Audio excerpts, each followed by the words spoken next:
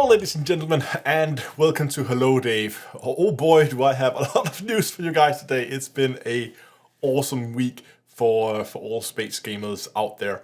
But before we dive into all the news, I have some more personal news from the channel.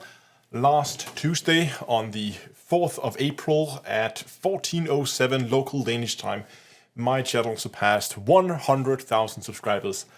If you've been following, you know this is something I've been building up for quite a while, and I've had a lot of events planned. You can find all the information about it over on Discord. First of all, I just want to start by saying a huge thank you to all you guys that have been posting congratulations messages, both under my live streams and my videos, but also on Discord. There's been, a ton of it's been flooded with you guys saying congratulations. So thank you to all of you. It's just not been feasible to go in and reply to all of them, but thanks a lot for the replies and for the congratulations. There's a number of things happening. There's a new limited time merchandise that's now been added to my merch store. This is some special design that's been created for this event, specifically to be sold as merchandise. You can buy that now on d2astore.com, and it will stay up for the entirety of this celebration. That means for the next 2 weeks, it will stay up, and then it will be taken down, never to return. So it's a special, almost like a collectible item, if you will, for some things to remember that you were here for 100k. Also, by the time this videos go live, I will also be live. So when you see this video, I will be live streaming some Elite Dangerous, which is the first event for this 100k celebration. Doing a Elite Zero to Hero playthrough, if you will. Basically just starting a new character in Elite and see how far we can get in the live stream. Also later this week, actually tomorrow, I'll be playing some Kerbal Space Program 2, and on Friday it is Star Citizen. And there's more live streams coming next week, and again, you can see more about that over on Discord, discord@d2a.com.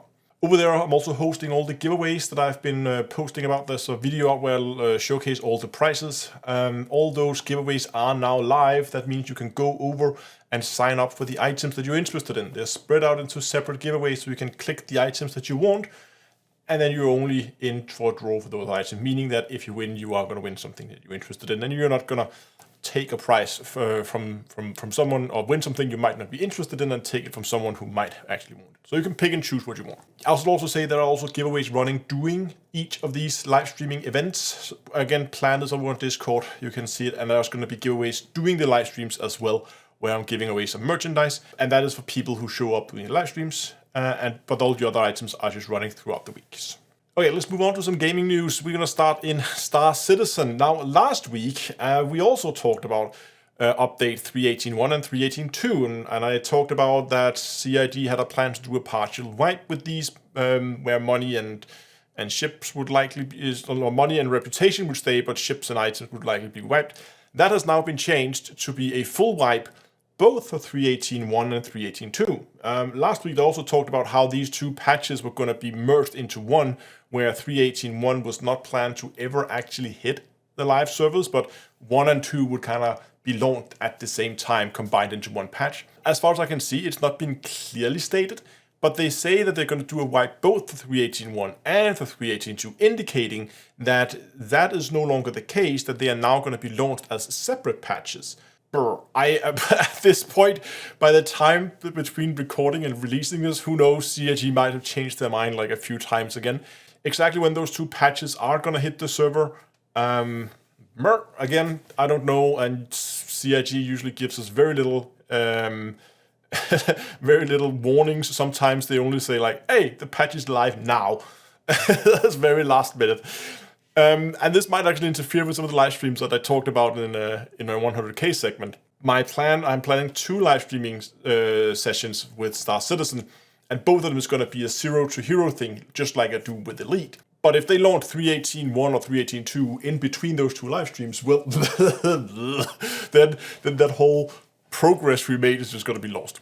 But nevertheless, I think it's going to be an interesting live stream because those wipes are so frequent at the moment, that having this experience in how to most effectively gain ground in the game from a bare bone perspective, I think is very interesting right now. So I hope you guys are going to come by and watch those live streams. Okay, let's move over to some Elite Dangerous, where the console transfer portal is now open, but it opens with a few problems. There's been reports of some people having problems completing the transfer, transaction. It wouldn't really complete, and I don't know if it's somebody trolling or there was legitimate people trying to solve it, saying, "Hey, if you delete your account, then it might work." It seems weird when you say it like this, but I'm sure in the situation it was worded differently and made more sense. But there's been some reports of people deleting their accounts, trying to resolve the issues of not being able to transfer the account over. Frontier made a post both on Twitter and on the forum saying, "Don't do that. Keep your account." It's something on their end, which they were going to fix, and they did fix it. I think 3 hours after the original post, they had a fix for it, and it should now be working. So yeah, you should now be able to, if you are still on console, to transfer your account over to the live game, so you can go and play over there. More news from Elite, and unfortunately it is some sad news. EDDB, the Elite Dangerous database, is closing, or is actually closed right now. The news came out on the 1st of April, which is why I didn't include it in last week's Hello Dave, because it was a little, is this an April Fool's joke? But no, it is not. It is true. The website is, at the time of this recording, down. There's just a message over there where the guy behind it kind of explains why is he doing it. I highly recommend you go read it, because it's actually quite an interesting read into a part of the Elite community that we very rarely see, and that is the tool makers, the people that make all the lovely third-party tools that makes Elite playable. That side, that side of Elite community is not something we'd see in the open, if you will, very often. And some of the things he talked about in his explanation as to why he decided to close it down is actually quite interesting, quite insightful. So I really recommend you go to EDDB.io. He did post at some point that he was considering if somebody wanted to buy the domain of him, basically sell the domain EDDB.io. He said he had over 30 parties reach out to him regarding the domain. Some just wanted to outright buy the domain, and others just wanted to actually buy the entirety of EDDB and continue it. So he said that he wasn't really sure what he wanted to do with it, but maybe if we're lucky, EDDB is going to be revived from the ashes and be available to us once again at some point. I don't know. Okay, moving over to Spaceborne 2, got a massive update. And it's, tons of bug fixes, and there's been a lot around trade added as well in this update. New UIs, stuff like that. But I think what has made most people hyped is that we now have capital ships in the game. Not only do we have capital ships, we have flyable capital ships, and we have flyable capital ships with fully walkable ship interiors. There you go, single guy. Here's a capital ship, it has a full interior, you can walk around it on foot if you want to, you can pilot it yourself, fly it around next to a space station and blow the space station up if that's what you want to do. Awesome stuff, not tried them yet, they are pricey, we gotta grind for that. But awesome to see that there's not only new content, as I said, both the trade and the capital ships, but also a bunch of bug fixes being added in this update. So that's great to see, and I keep getting more and more impressed with what's been delivered with Spaceborne 2. Now, talking about big updates, I told you guys that this was going to be a good week for space gamers. No Man's Sky got its Interceptor update, which is now out. And with that, we got the Sentinels, which is like the bad guys in No Man's Sky, if you don't play the game. Their planets have been infected with some kind of corrupt crystal that infects them and changes the way that they behave. I guess it's like, again, I don't play too much, so I don't really know, I haven't played with it, but I think it's like more difficult variants. And if you go to these planets that has been infected with these crystals, you can now find new building blueprints for your base, there's new equipment, and you can even get these new infected ships, as far as I understand, as part of your own fleet. So lots of new content in No Man's Sky as well, new equipment, new people to go and shoot at, and new ships to do it in. So lots of stuff going on over there as well. But it doesn't stop there. It just keeps coming. There's also Everspace 2, which launched last week as well. So now we have that finally fully released, and it was a massive update for the final release. Graphic is amazing, and now all the voice acting is in place. I started playing it last week, and I think I've last week put in the vicinity of like 40 hours or something, like a little bit more than that, almost 50 hours into Everspace 2. I played quite a bit. I even live streamed it, a little bit of it, just to showcase what it was. Some of you guys like it. It's very arcadey, and it's more of like a looter shooter type feel. So it's not really, if you're looking for a space sim, then that's not it. That's not for you then.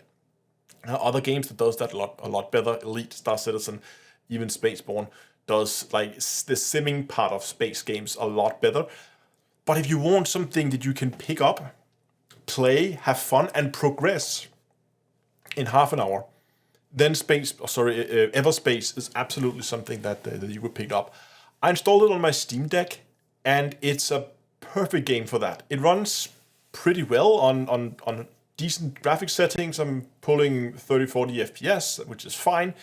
The game is really well designed around using a controller. It seems to really recommend that it's probably one of the best ways to play this game, so works super good on Steam Deck.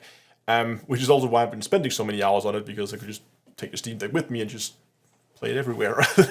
So that's awesome if you're into the more like arcadey, like instant fun looter shooter type games. Then Everspace is there and now fully released. But that's it for this week. I already talked about live streams, and as I said, my live streaming schedule this week is going to be different. So go over to discord.d3a.com. Go to the 100k event channel and check my live streaming schedule for this and next week, as it is going to be a little different. A lot more streams, there's a lot more prizes to be won, and there's a little bonus thing. I've been working on some slight aesthetic changes on the live stream. So yeah, there are some things there you can go and look at. Hopefully we got a chance to look at. We'll see. And I love you guys' feedback doing the live streams. Do you like it? Do you don't like it? It's slight, it's subtle changes, but it's there. But yeah, thanks a lot for watching, and until next time, I will see you guys in space.